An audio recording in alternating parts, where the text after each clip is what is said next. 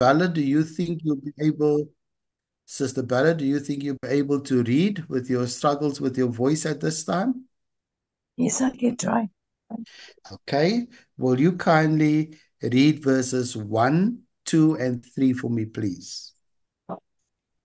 Psalm 1. Blessed is Mm-hmm. the man that walketh not in the counsel of the ungodly, nor standeth in the way of sinners, nor sitteth in the seat of the scornful. But his delight is in the law of the Lord, and his law doth mediate day and night. And he shall be like a tree planted by the rivers of water, that bringeth forth his fruit in his season. His leaf also shall not wither, and whosoever doeth shall prosper. Thank you. And so that's a beautiful psalm. And this psalm in chapter 1 basically deals with the way of the righteous and the wicked. The way of the righteous and the wicked. So the psalmist begins here by describing what the blessed person does not do. He says that there are three things. Notice there are three things that a blessed person will not do. Number one, walk in the counsel of the ungodly. That is not stand in the way of sinners. He says that is not supposed to do, or sit in the seat of the mockers. Now, the person who is blessed in this life will not accept the advice of those who are ungodly. We commit the error of looking to the ungodly, that is the human nature, and thinking that since many seem to be prospering on the outside, that we also need to sort of solicit their advice or ask them for their advice or ask them for their guidance. Let me give you an example. Okay. Now, you might have a very good friend, or you might have very good family friends, and so they are prospering, but they're not Christians like we know, New Testament Christians. They don't believe really what you and I believe. So now we look at them and we sort of see how they are prospering in this world. And so we also start to long for those things. So what do we tend to do? We tend to ask them for advice. We tend to ask them what they are doing. We tend to ask them how they are benefiting and how they are progressing in life. Now, what we need to remember, and I think this is David's point when he's writing Psalm chapter 1, he says that the ungodly have different values, they have different goals, they have different standards, they have different concerns than what we are supposed to have. Now, Brother Philip is not saying that all those of our family members or of our friends or our neighbors, they are bad people. I'm not saying that. I'm saying they have a different set of values and we have a different set of values. The mistake that we sometimes make is we tend to ask them, what are you doing? Give me some guidance, give me some help, share with me as to how I also can get there where you are. Now, there is a path that sinners normally walk down. And in Matthew chapter 7 and verse 13, and these scriptures I'm referring to is on your material. It says, enter by the narrow gate, for wide is the gate and broad is the way that leads to destruction, and there are many who go in by it. Now, the one who is blessed by God will not find himself standing on the path of sinners that leads to destruction. So, David is reminding us. Now, also, what is important here is that the one who is blessed by God is someone who does not sit in the seat of mockers or the scornful. To sit with them suggests that you are one of them. And I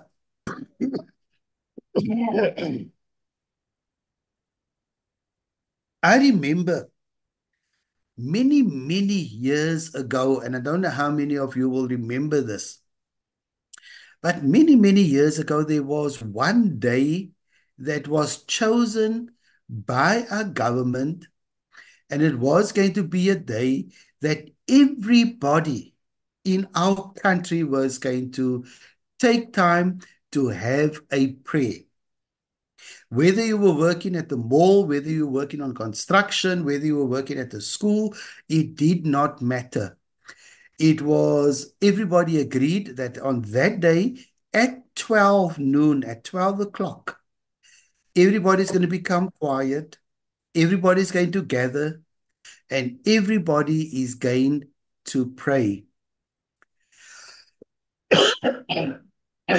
And I remember on that particular day, as workers, we all got together and we were sort of standing in a circle and everybody was forming so that we could hear each other, whoever was going to pray.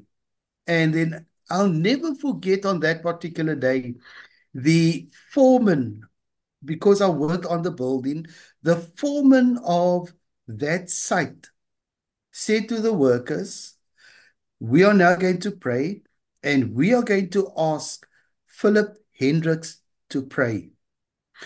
And I felt so humbled. I felt very thankful that the opportunity was granted to me. And then I prayed for our country, for our workers. And I prayed, I remember it was for Mr. Mandela, it was for Mr. F.W. de Klerk, and we all stood and we prayed and we became quiet. As the day progressed, after everything had just gone back to normal again, I asked a number of workers, why didn't you pray? Or why? Because you have other religious people. Okay, we don't talk down or bad of other religious people, whether they Baptists or whether they Brethren or whether they Methodist. We don't condemn them. That's not our duty. Our responsibility is to share the gospel with them. So I asked them, why didn't you pray? Because they are also religious people. And they said, you know what? You have really, amongst many others, have really stood out to be an example. Now, brethren, that to me was commendable.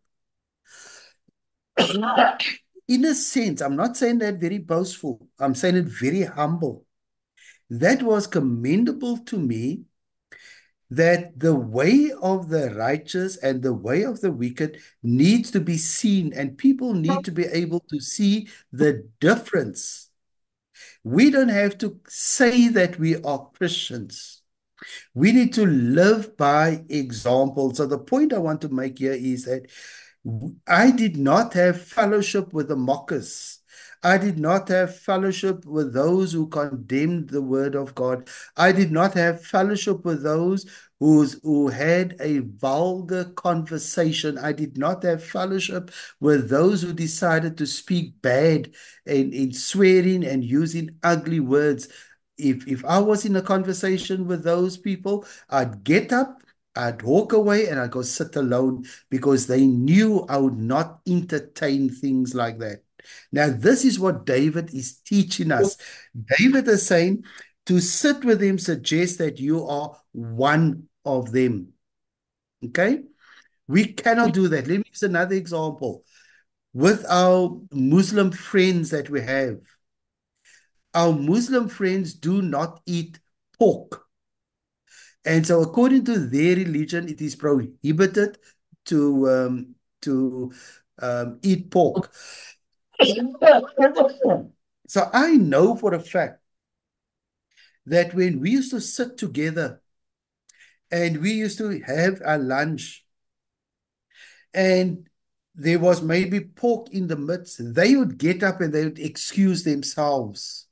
Or we as workers would say, and we mention their names and we'll say to them, I'm sorry about this, but we are going to consume some pork now because this is what we are going to enjoy. You can either sit here, but we're telling you beforehand, and they would appreciate that.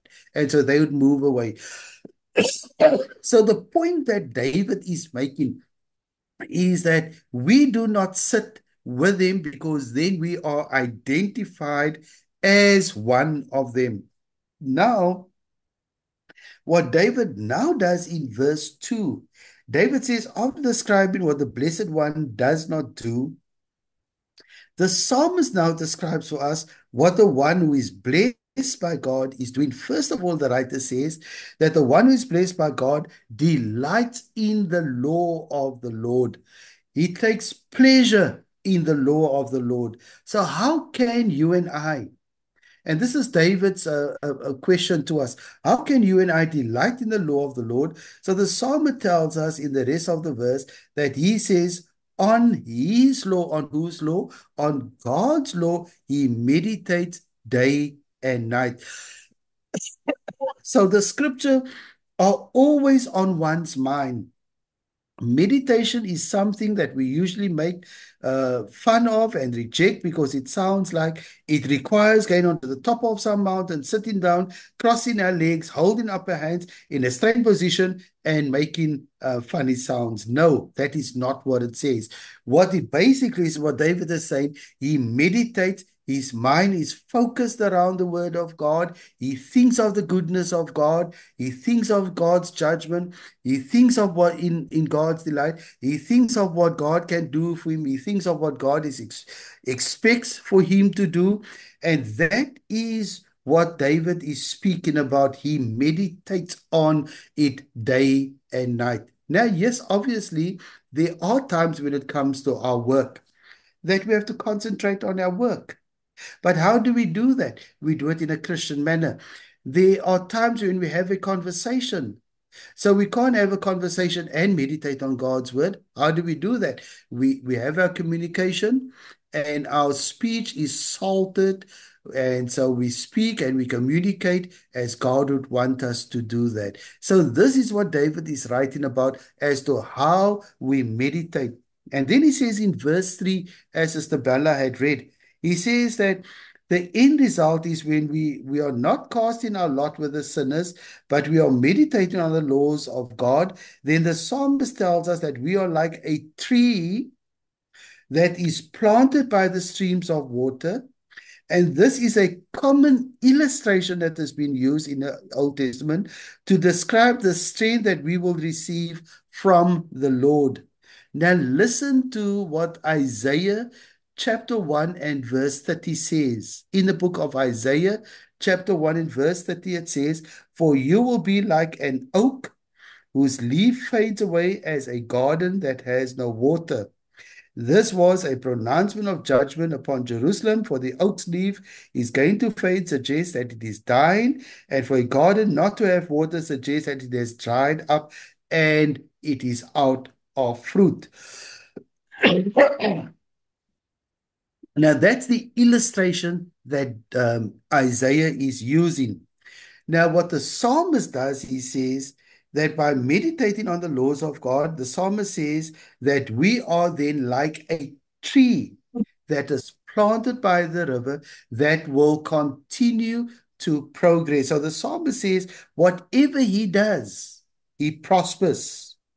So we should know from the tone of this psalm that the writer is not teaching that when we do these things, we will be prosperous in physical things. He's not talking about being physically prosperous, riches, fame, glory. He's not talking about those things.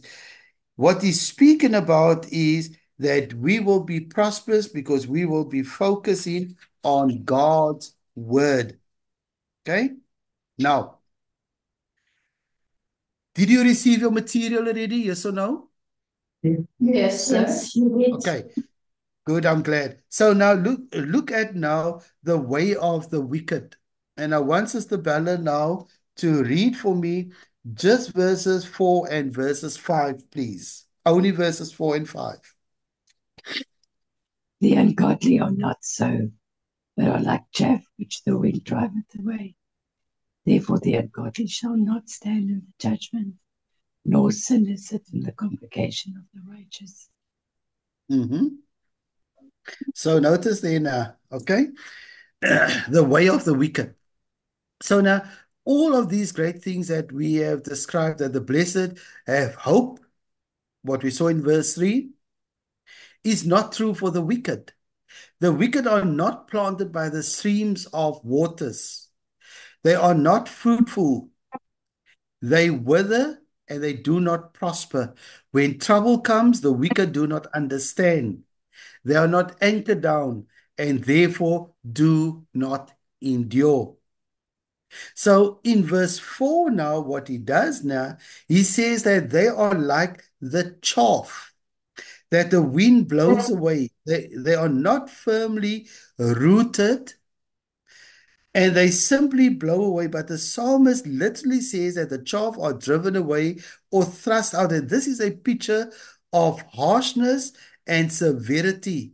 The wicked will not simply come to their natural end. The wicked will be driven out by the Lord, and they cannot and will not endure. That's what he's saying in verse 4.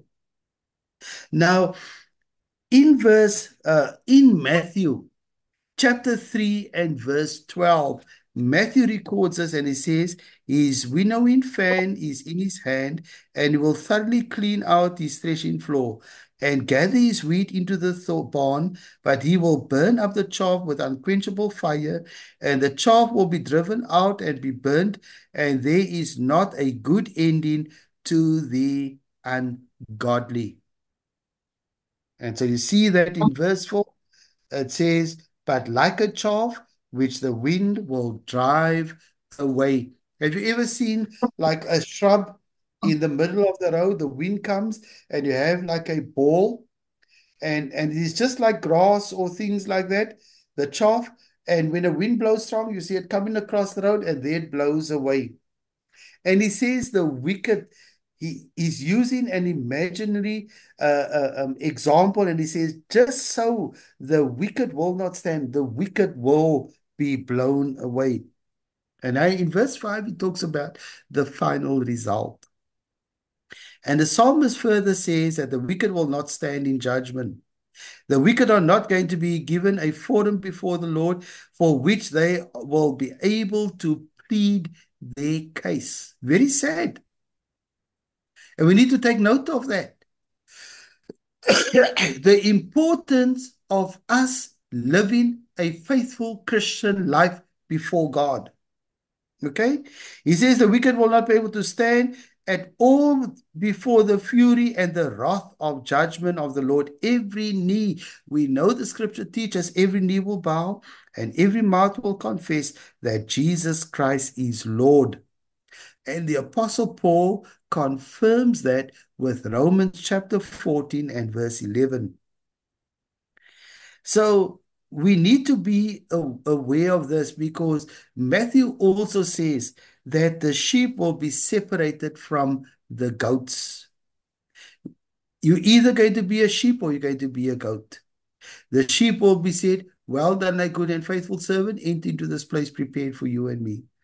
To the goats, he's going to say, depart from me, you worker of iniquity. I never knew you. So the final result of the wicked is what David is talking about in verse 5. And then he gives us final reminders. And the final reminder is found in verse 6. Now listen to what verse 6 says to us. You can go ahead and read it. For the Lord knows the way of the righteous, but the way of the ungodly shall perish. Now,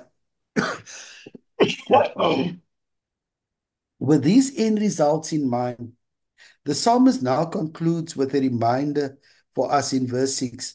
First, he says, the Lord watches over the way of the righteous. Okay, now that's very important. That is comforting. He says, do not think that God has not seen what has taken place to his righteous people and that justice will not come. Sometimes we feel that way. We say, where is the Lord in all of this? Why isn't he doing something? Why isn't he intervening? What? It's normal. We ask those questions. But what David is saying, the Lord is watching over our paths and he will straighten out all that crooked in the end. So literally what the psalmist is saying, that God knows our ways and it is an intimate relationship that the righteous have with the Lord. And in the rest of verse 6, he says, but the way of the wicked will perish. So we see a beautiful comparison about the righteous and then the wicked. He says, the righteous, God will take care.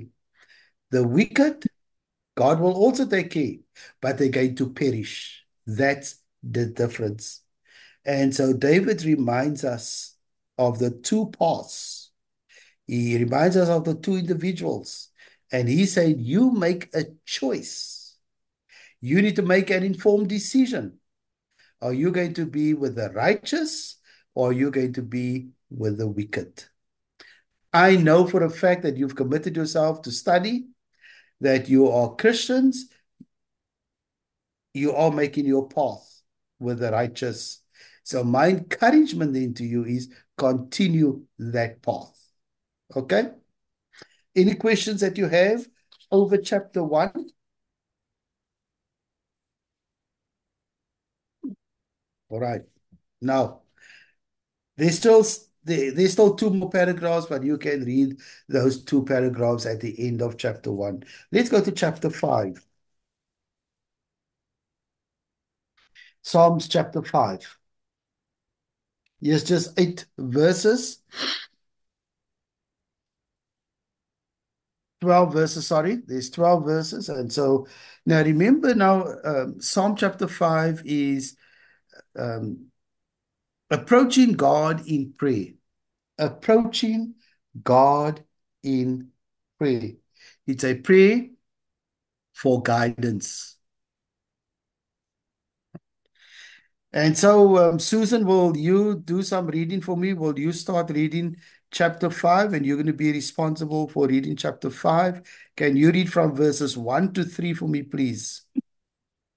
Psalms chapter 5, verse 1 to 5, 3. to 3. Give ear to my words, O Lord. Consider my meditation. Give heed to the voice of my cry, my King and my God. For to you I will pray. My voice you shall hear in the morning, O Lord.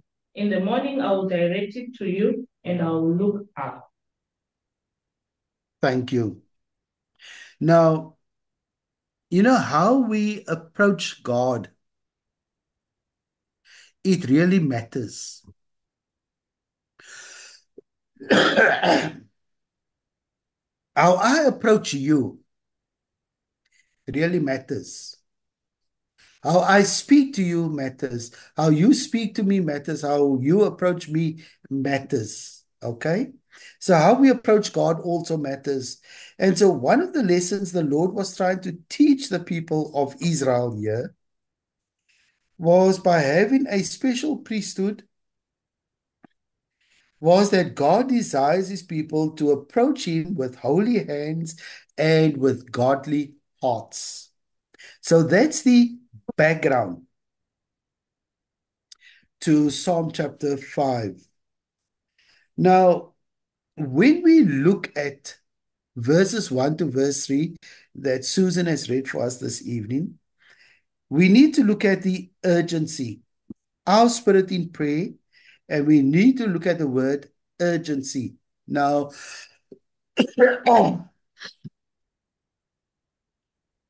if somebody gets hurt, right? Say somebody falls, and you observe that the person is seriously injured, you're going to call for help.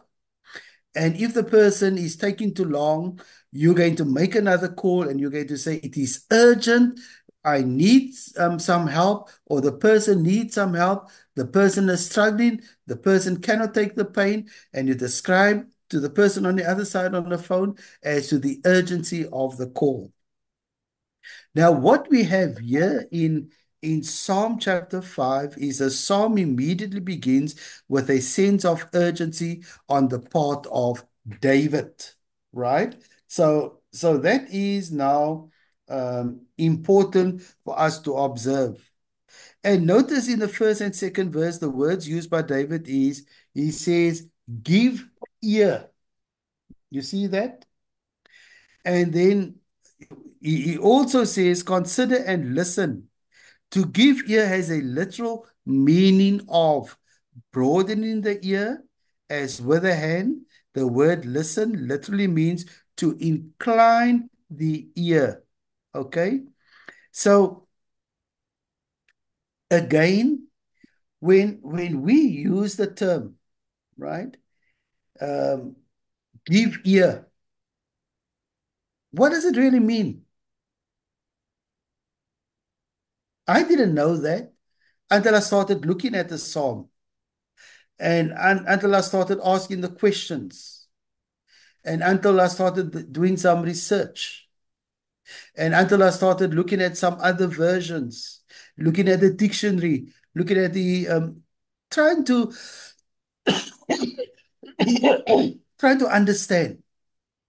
So this is what it means in the second verse where he uses the word give ear, consider and listen. Now, the word listen literally means to incline the ear, and therefore David is asking the Lord to sort of perk up his ears to the things that David is about to say, if you will. Okay? Now, when I teach on a Sunday morning, I've got better hearing in this ear than in this ear at the moment. I'm not deaf. I can hear you. But when the brethren are sitting in the benches and they ask me a question, I've got better hearing here. So with the people on my right-hand side that I'm facing, it's okay, I can hear. But then when those on my left-hand side ask a question, I've got to turn so that I can hear what they are asking or what they want to say. So what am I doing? I'm turning my ear into a position so that I can hear what they want to say. Now, this is what David is appealing to the Lord. He says, don't just look at me.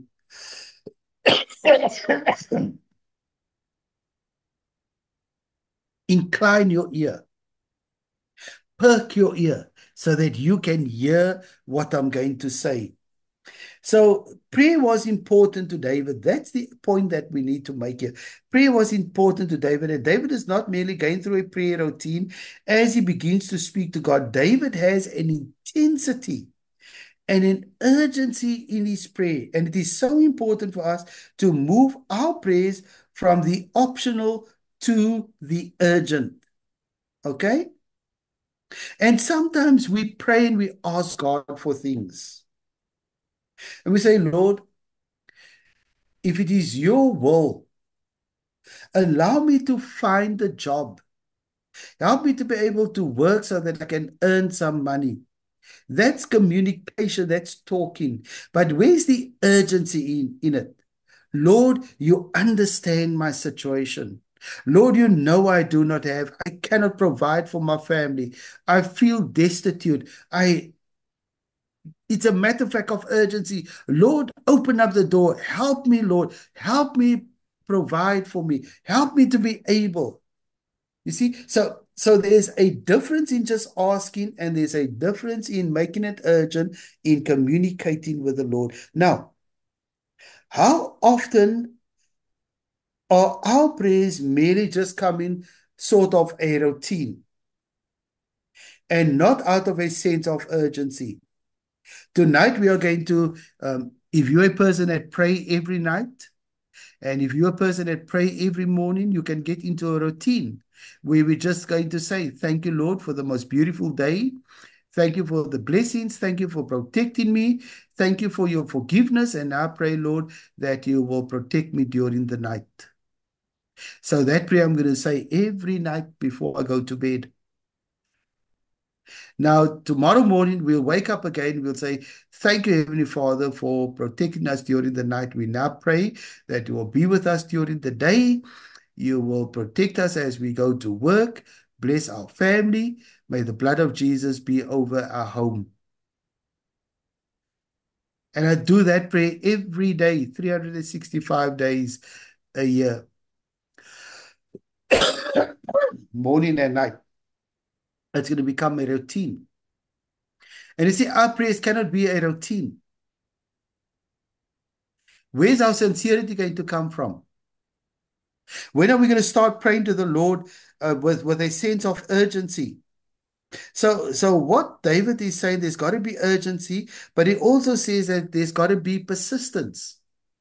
And persistence simply means that, twice in verse 3, you will notice that was read. And what he says here is David prayed in the morning, and David was not praying only one on one morning, but David also saying in the morning, he was saying that he was praying every morning. So he was persistent.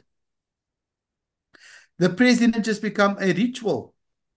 When he asked for God for protection, when he approached God and he wanted to be relieved, when he asked God for blessings, he was urgent, but he was also persistent in his prayer. How many times when we pray for something, and then we pray the first 2 days for something, and then we tend to forget to pray the third, the fourth, the fifth, the sixth, the seventh, the eighth, the ninth, the 10th, and we go on. And then we remember and we start praying again for the thing, and we start 3 times over and we forget it again. We're not being persistent. So God looks down and he says, I wonder if Millicent is urgent. Is she expecting this from me?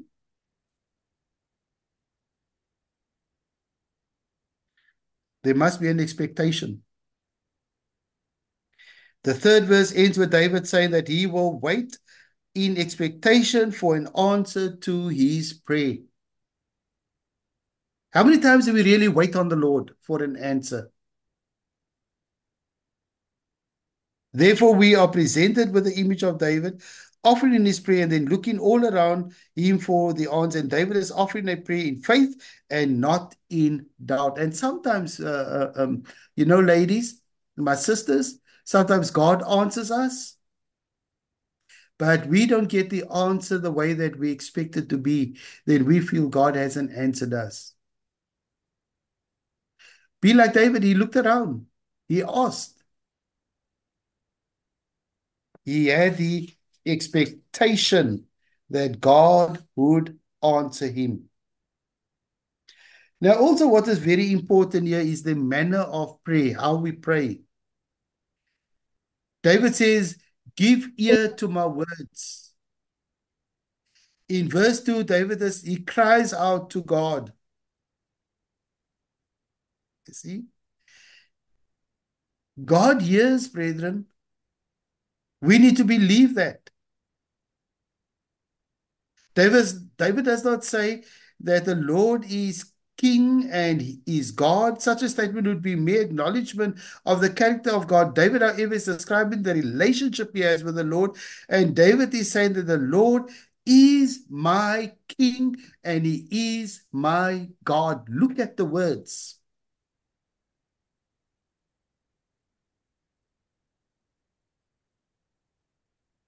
Are you sometimes very positive in your prayer? By saying, Lord, you are my King. Lord, you are my God. Therefore, I want to ask you, Lord, be more persistent. Instead of just praying that ritual prayers, and then we turn around and we say, the Lord is really not answering us because it's not time for him to answer me. Don't feel sorry for yourself. Look at what David is teaching us and turn it around.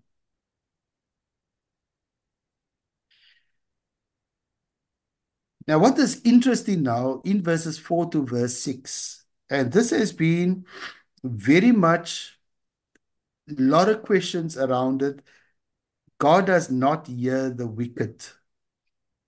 So, Sister Susan, will you read for me verses 4, 5, and 6, please?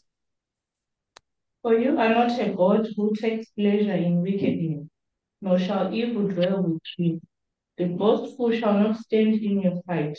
You hate all workers of iniquity. You shall destroy those who speak falsehood. The Lord abhors and bloodthirsty and deceitful men.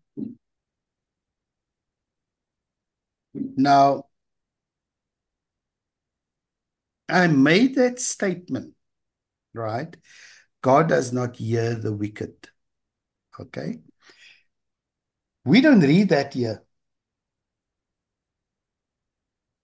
We don't read that here.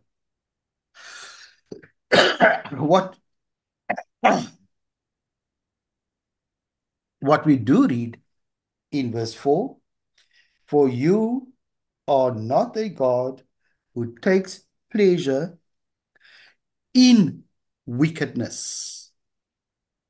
Okay? So he's a God that loves purity, that loves joy, loves peace, loves forgiveness. That's our God that we serve.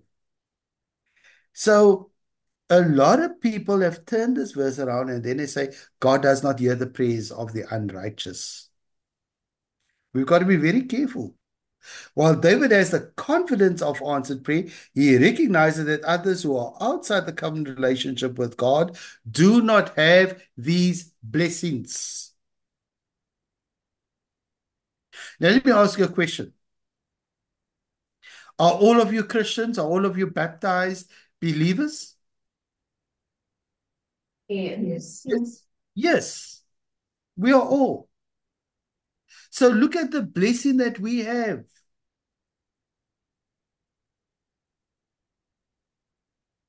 Okay? God hears our prayer.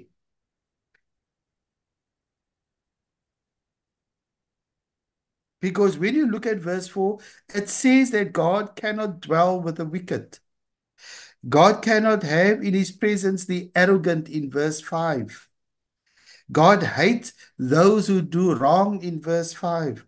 God destroys those who tell lies. That Susan has read in verse 6.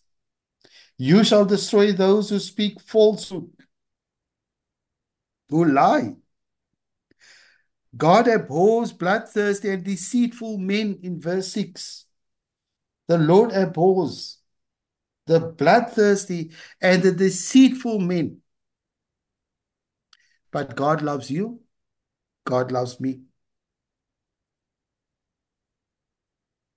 So let me now ask you a question. I'd like to hear your response. Okay, this is now a question to you. Why can we approach God in prayer? Why can we? Why do you think you can approach God in prayer? I want 5 answers. Each one must tell me, why do you think you can speak to God in prayer?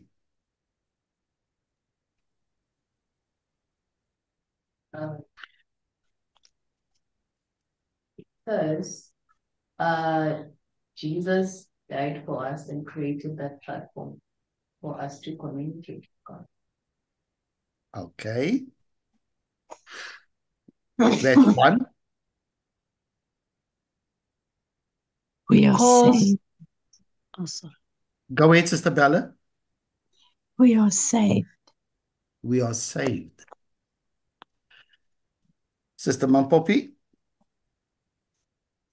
Because I'm his child. So as my father,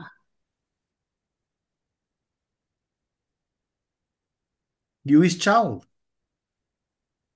He's your father. Come to ladies in class.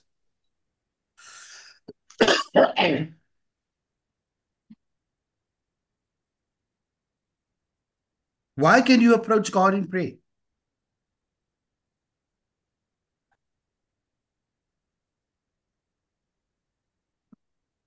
Hmm? Well, let me share with you why you can approach God in prayer. It's because in verse 7, David says that he can come into the house of God by your great mercy. Like we've heard now, we belong to God. He owns us. We have committed our life to Him. He's purified us. He's cleansed us. He's added us to the church. We belong to Him. We are His children. We have received the Holy Spirit.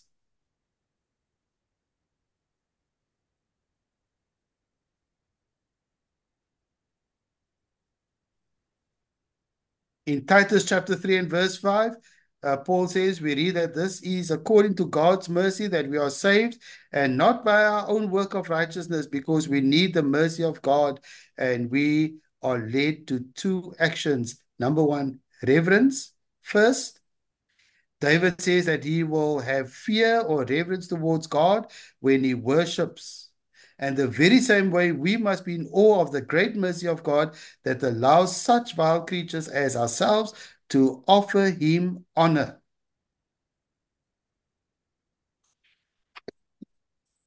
Let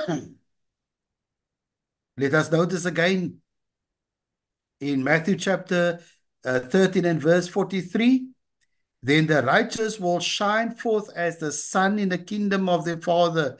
He who has ears to hear, let him hear.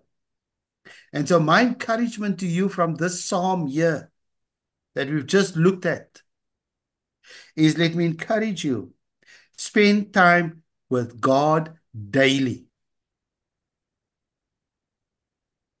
You know, the psalmist has told us that the ones who live with the blessed life or lives in the blessed life is those who meditate on God's law day and night. You know, I've got a very good friend, and he preached once one Sunday morning, and this is what he used as an example. And he said that most of us all sleep on top of a bed. And most of us have a pair of shoes that we normally wear when we're ready to go to bed, whether it be a pair of sandals, whether it be a pair of slippers, whatever it is. And this was his suggestion. Listen carefully what he said. He says, when you're ready to go to bed, he says, you take that pair of shoes that you have on that you're going to wear tomorrow morning when you get up. He says, push it underneath the bed with your feet. Just take it off while you're standing by the bed and just push it under the bed.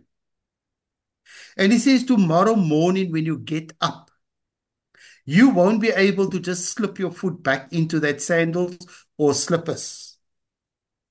He says, normally we have to go down on our knees to take out the slippers or the pair of sandals out under the bed, because the way that we pushed it under the bed the night before. And he says, while you're on your knees that morning, you stay there and you pray and you thank God. A very good example. And it's been very meaningful, and I've used it a number of times when I've been speaking on prayer. And I encourage you to do that.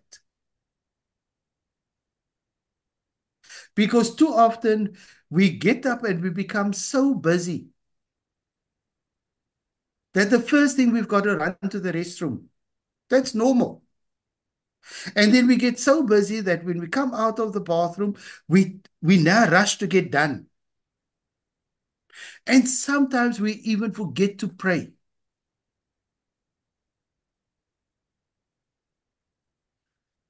Students, you need to make time to pray and to thank God and to ask God and to meditate on Him.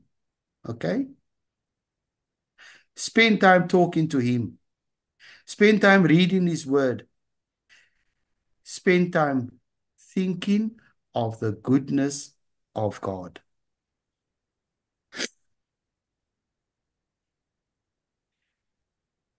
Okay, are you happy?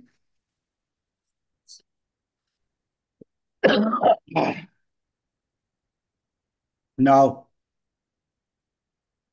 I want to now read verses 5, chapter 5, 9 through 10. Chapter 5, 9 through 10. Pronounce them guilty, O God. Let them fall by their own counsel. Cast them out in the multitude of their transgression, for they have rebelled against you. Okay? Right. Now, David now turns his attention back to the wicked. And David has noted how the Lord would destroy all those who tell lies. Because in chapter 5 and verse 6, he makes mention of that. David is going to spend more time talking about the speech of the wicked. And David begins by stating that none of these words can be trusted. He says, why do we listen to the counsel of sinners and the advice of the ungodly? He asks that question. He says, where the heart is where lies and deceitfulness come from. He says the corrupt and the wicked's heart is the problem of the deceitful. And he says this is a common problem that afflicts all people. And Paul quotes this verse of the psalm and he says, all people have been charged under the guilt of sin, both Jews and Gentiles. Can we get away with having corrupted hearts and deceitful words?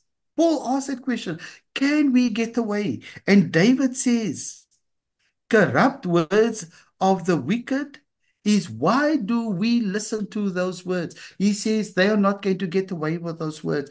If we are going to be part of that, we're not going to get away from those things. Notice what he says in verses 11 to 12. Now he talks about the blessing of the righteous.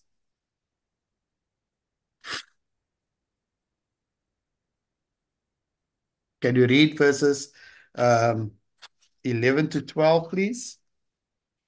And let all those rejoice who put their trust in you. Let them ever shout for joy because you defend them. Let those also who love your name be joyful in you. For you, O Lord, will bless the righteous. With favor, you will surround him as with a shield. David continues by saying that God will spread a covering of protection over the righteous so that they may rejoice. When we turn to God for protection, listen to me, when we turn to God for protection, we will find joy. When we turn for help, we will find gladness. When we turn to God as a refuge, he says we will find rejoicing. Paul says, in the book of Ephesians, chapter 3 and verse 12, he says, in whom and through faith in him we may approach God with freedom and with confidence. Let us properly approach him and receive his great blessings of help and protection. Again, like Psalm 1, he makes a comparison, but I want to concentrate on the positive. Look at the blessings of the righteous. Okay? That brings us to the end of Psalm chapter 5. Okay. Any questions so far that you have? Yeah, it's not necessarily a question, but it's more like a little side note after thought of some sort. In verse 3, right, when David mentions in the morning twice. Personally, I'm seeing it as also something prior, like it takes prayer as like first priority. in his life. Because, like you rightfully mentioned, majority of the time you wake up and you're already like busy and in a goose chase of some sort. But David, regardless of his status, right, he makes sure that in the morning, the first thing he does, or one of the very first things he does is pray, which is Mhm. something we can learn from this one.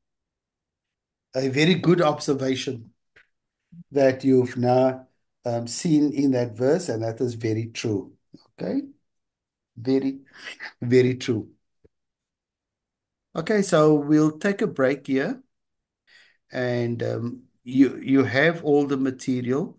So I'm going to do one more psalm because my chest is really hurting, and then we'll conclude. Okay, so let's take a break, and we will resume back at 8:15. Psalm chapter 13. Let's do Psalm chapter 13.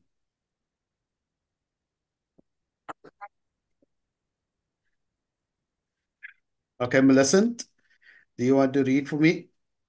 Psalm chapter 13. And I want you to read from verses 1 to verse 2. Okay. Psalms 13, verse 1 up to 2. How long, Lord, will you forget me forever? How long will you hide your face from me? How long must I wrestle with my thoughts and day after day have sorrow in my heart? How long will my enemy triumph over me? Okay. Now, in Psalm chapter 12, we see here David feeling that he's alone now. This is Psalm chapter 12, right? And that all the faithful and the godly had disappeared. And he says that if that is not bad enough, then David felt that all the ungodly had abandoned him. Now, notice the godly has abandoned him, and now we read that David also feels that God has abandoned him. So in verse 12, chapter 12, sorry, that is happening. Now, in chapter 13, he also feels that God has also abandoned him. So we ask a question, how long?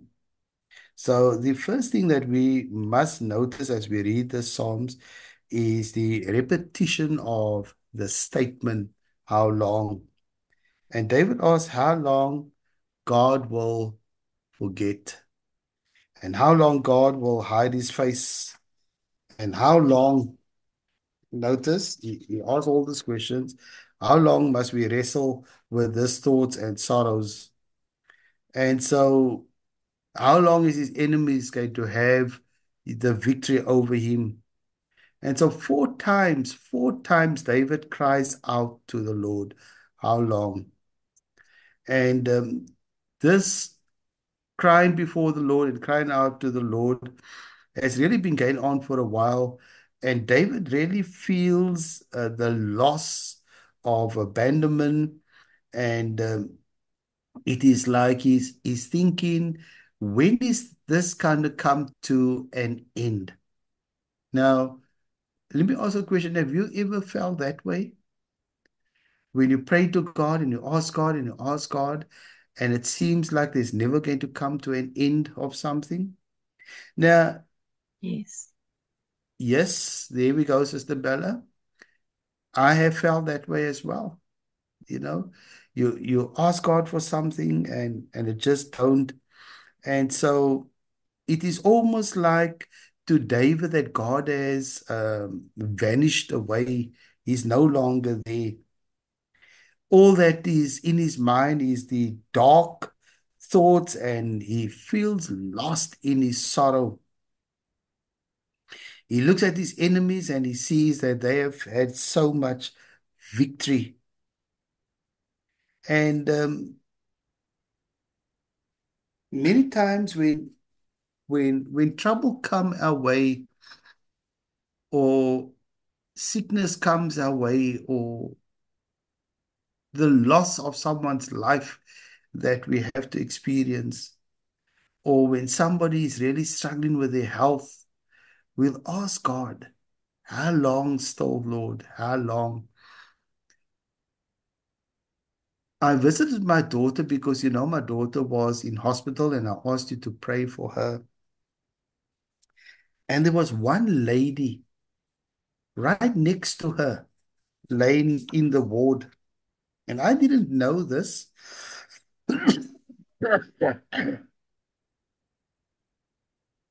until I had a conversation with my daughter yesterday.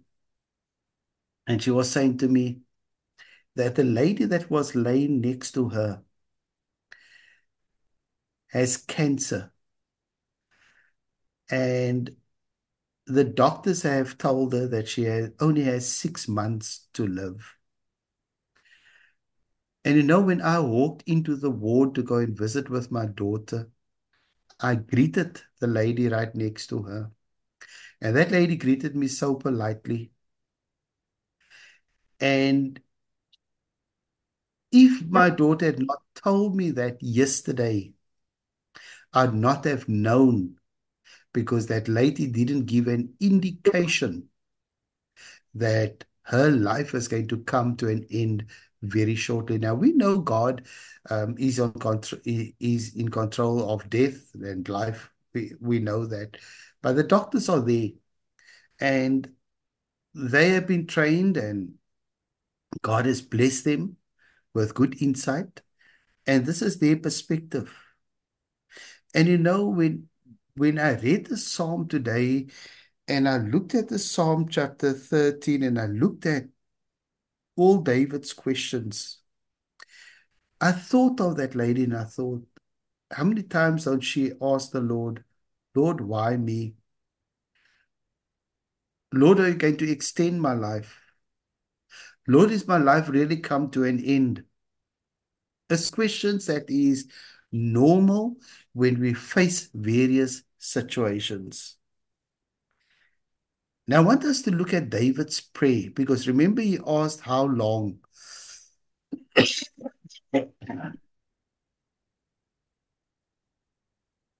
And I want us to look at David's prayer, and I want us to look at verses 3 to verse 4. And listen to what David says in verses 3 and verses 4 of chapter 13. Look on me and answer, Lord my God. Give light to my eyes, or I will sleep in death. And my enemy will say, I have overcome you, and my foes will rejoice when I fall.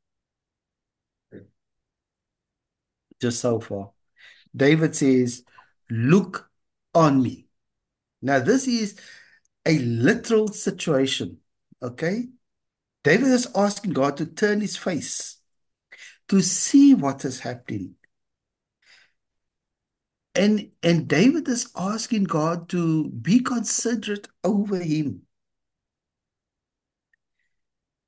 And look at the answer. David not only asked God to look upon him and give him consideration, but he also asked God to give an answer to what he is asking.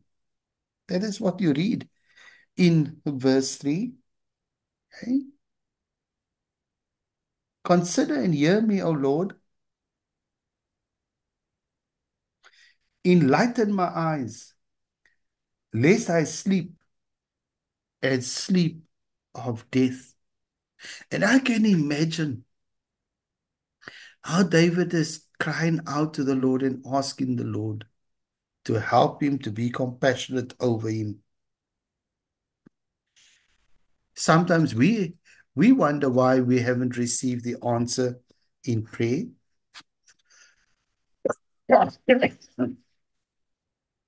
Sometimes we want to know what has happened. Why? Where is this God? He says, give light to my eyes. Many times when we look at the statement, give light to my eyes, in scripture, this phrase refers to spiritual knowledgement and enlightenment. First, this seems to refer to David saying, make me whole again instead of being lost in death. David desires light to be given to his eyes and thus being made alive again. David no longer wants to be a misery that he is in, feeling he is at the point of death. And I thought of Job, when the Bible describes how Job's body was covered with boils from the top of his head to the bottom of his heels. How did Job feel?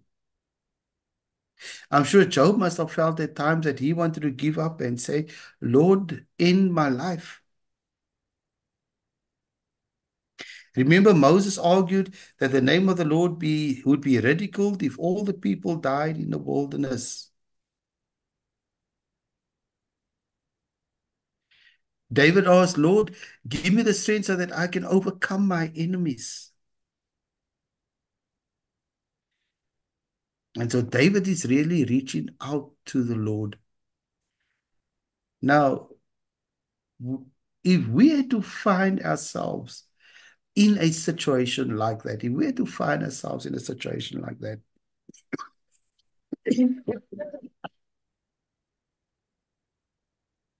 would you still have hope for the morrow? Look at verses 5 to verses 6. Just listen as she reads verses 5 and verses 6. Okay, verse 5 to 6. But I trust in your unfailing love. My heart rejoices in your salvation. I will sing the Lord's praise, for he has been good to me. Isn't it beautiful? Trust in God's unfailing love. Trust in God's unfailing love. David now changes gears, in this last two verses, and he describes the hope that he has in the Lord. Why do you think David still has hope for the future? Why do you think David still has hope for the future? What did you say? Uh, I think it has something to do with him understanding the nature of God, what God is able to do for him. And that alone is a guarantee that, all this can change for better if God allows it. Okay. Now remember now, David's faith.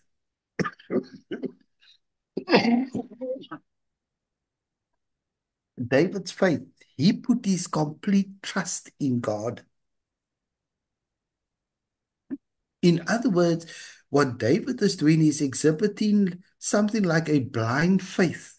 Nothing was going to change that for him. You are right in what you are saying, but also, David is rejoicing in God's salvation. And we can also rejoice in God's salvation. Turn your Bibles to the book of Romans, chapter 8.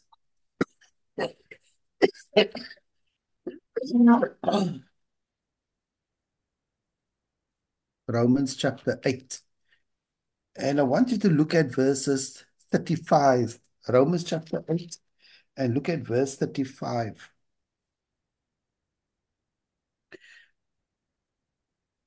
Judith, if you've got it, I want you to read from verses 35 all the way to verse 39 for me, please. Romans 8 from verse 35. Who shall separate us from the love of Christ? Shall trouble or hardship or persecution or famine or nakedness or danger or sword? As it is written, for your sake we face death all day long. We are considered as sheep to be slaughtered. No, in all these things we are more than conquerors through him who loved us.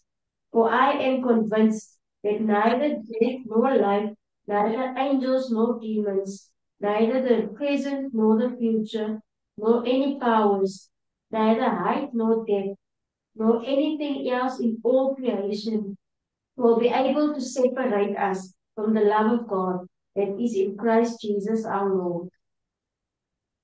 Right? Now, if you read this, what Paul has written, and Paul says there is nothing that should or can separate us from the love of God. And yet we know that there are those who have lost their love for the Lord. They've turned their back on the Lord. And Paul asked the question, what will separate us from the love of God? So David took all of his faith, everything that he possessed, and he placed it in God. So when Paul later on writes, and Paul says, what will separate us from the love of God? We need to remember this, that we should allow nothing to separate us from the love of God, which is in Christ Jesus. David says, even though he was in the lowest of his life, he will sing to the Lord because the Lord has been good to him. See? That is what David is saying. And so this is a beautiful psalm that we read about here of how long, when he asked us, how long do I still have to wait on you, O Lord? God gives him the assurance. And David says, I can still sing to the Lord. Now, this to me is a beautiful psalm. Okay? Students, I really can't anymore. My chest is really hurting. I do apologize. And I'm going to have to stop here. You can read Psalm chapter 58. You have the notes that I've given you. And also there's another psalm that follows this one. Psalm chapter 71. And especially it's a beautiful psalm for the aged, because Psalm chapter 71 speaks about God is my strong refuge. God is my hope. God is my praise. And this is a beautiful psalm because it gives us hope in the Lord. And so God bless you all. Thank you for your patience. Thank you for being part of the class. And it is my prayer that the Lord will continue to bless you all. Okay. Is there any questions before I leave the class?